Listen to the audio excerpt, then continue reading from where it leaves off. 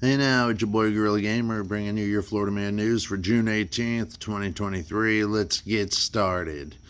Armed Florida man confronts squatter who took over house while he was overseas. Oklahoma owner slept in a closet in an effort to catch suspected squatter. Let's watch. I'm more than happy to be the harbinger for other people to be able to find solutions to this kind of terrible situation that people get into. And if I can help even one person, then it's worth it for me.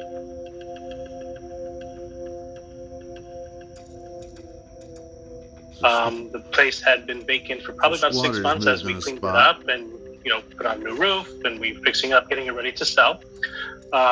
We actually had a contract to sell the property. We were in contract. Probably about 17 days since the last time I was there, maybe 18 days. I came back and the lockbox was gone. So I thought maybe the workers had taken it off, or who knows. I walked to the back of the house where I thought maybe the lockbox, they put it on the back door, and I noticed shades on the windows. We didn't have shades on the windows because they were doing work. And I heard dogs barking on the inside of the house, and I didn't know what to think. So I called the police. The police asked me what was going on. I gave them the situation.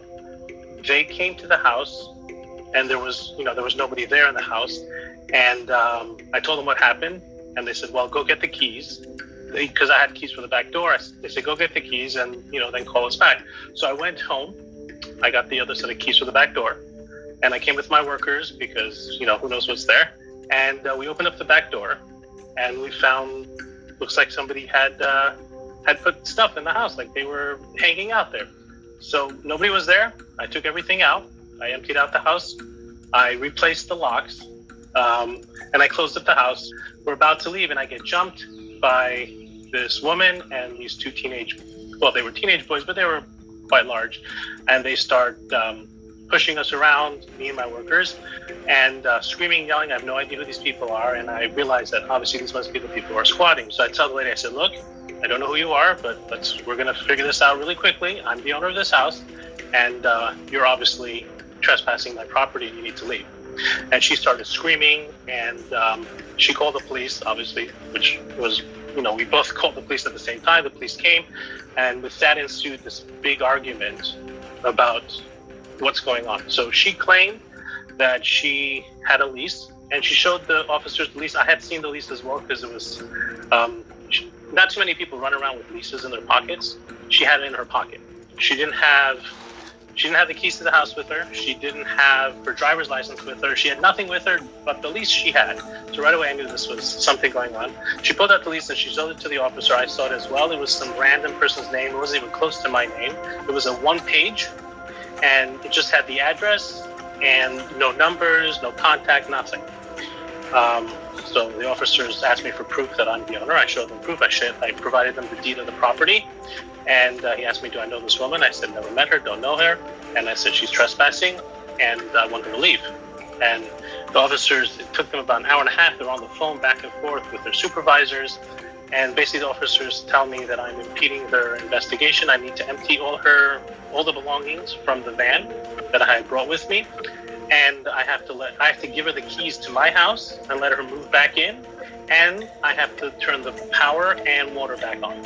So at this point, I hired an attorney, and they gave me the whole rundown, how long it's going to take, and and the cost. So I had to put down a retainer of $1,000 just for the fees and just to getting started.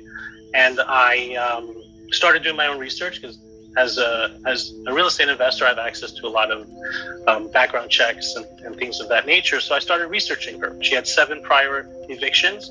And as I was reading the evictions report, the very last one, which was less than a year before, there was a phone number to the previous landlord. So I actually called the previous landlord to see, who's this woman, what's going on here. And I called him up. I said, "I know this is really strange, but I have this squatter, and this is her name. Are you familiar with her?" And the first thing he said to me, was, oh no, she's a bad woman. I'm like, "Boy, what's going on?" She was there for like a month, and she started breaking all the rules. You weren't allowed to have dogs in the house. There were other things. And so basically he said, "Look, you're breaking the contract. You got to leave." And she refused. It took him 3 months to get rid of her.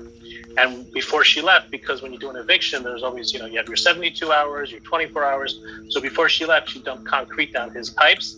And he told me it cost him over $150,000 in damages. So now I'm freaking out. So I started to pray. I was like, oh no, this is bad news.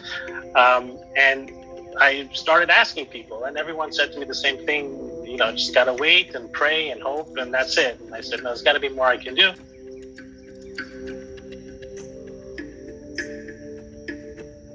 I was talking to a friend of mine, and he actually blessed me. He said to me, Sam, you're going to see miracles are going to happen to you, and this is all going to be for good. I said, okay, look, I'll take whatever I can get.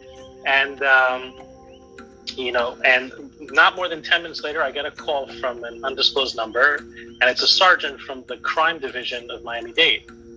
And I'm like, yes, can I help you? And he says, I heard you're having a problem.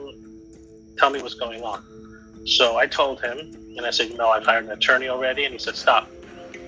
He said, has this person ever gone into any agreement with you on anything? I said, no. I said, I never knew this person before that first incident. He said, all right, I'm going to help you. He said, next Monday, we're going to get her out.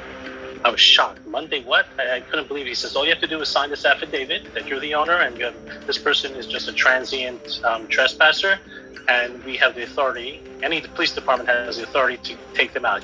They sent me this affidavit to sign. I signed and notarized it, sent it back to them. In the meantime, he said, stay away from the house, don't talk to her, nothing, which I did, which was great. And the beauty of this is there's no notice. There's no 24 hours. There's no 5 minutes. There's nothing. They just come. At about 9 o'clock on Monday morning, they send me an address to meet them. I came there was a bunch of plainclothes police officers, but all dressed like SWAT. And they told me to follow them to the house. We did. There was four vehicles. And as you can see, I don't know if you were able to see in the video, but they came guns drawn and everything. I had to bring a locksmith who broke the lock. He then stood back and they broke into the house. There was nobody home, but the dogs were there. So they cleared the house, and then they called the woman and told her, you're out.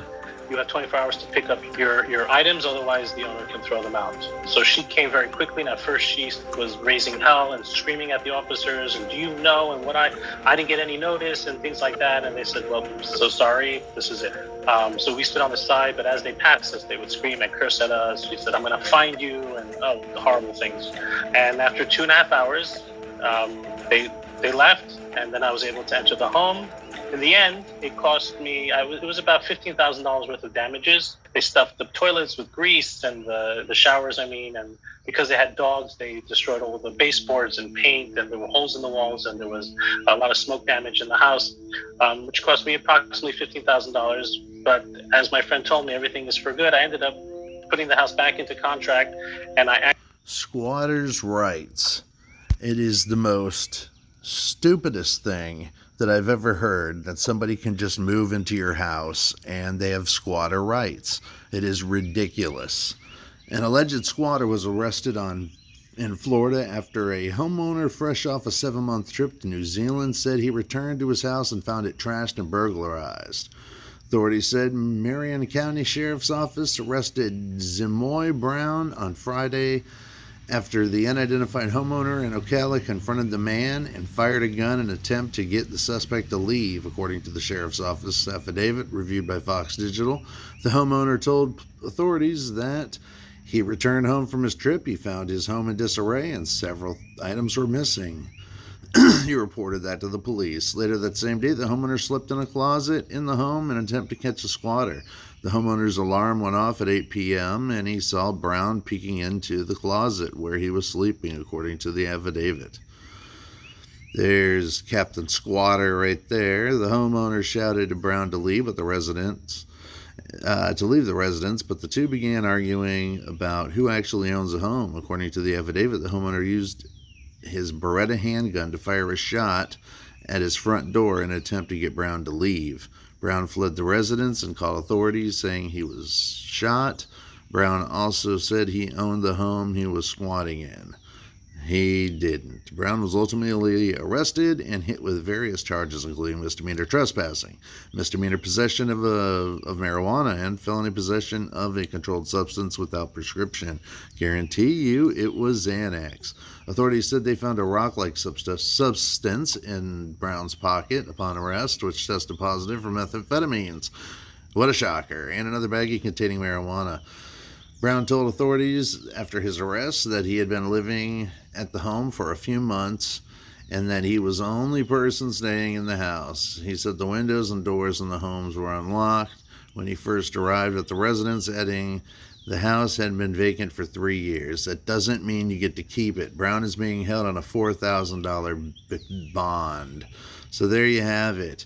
Down here, there's such thing as squatter rights, and it's a bunch of bullshit. You can just move into a vacant house and they have to evict you. It's ridiculous. But hey, it's Sunday.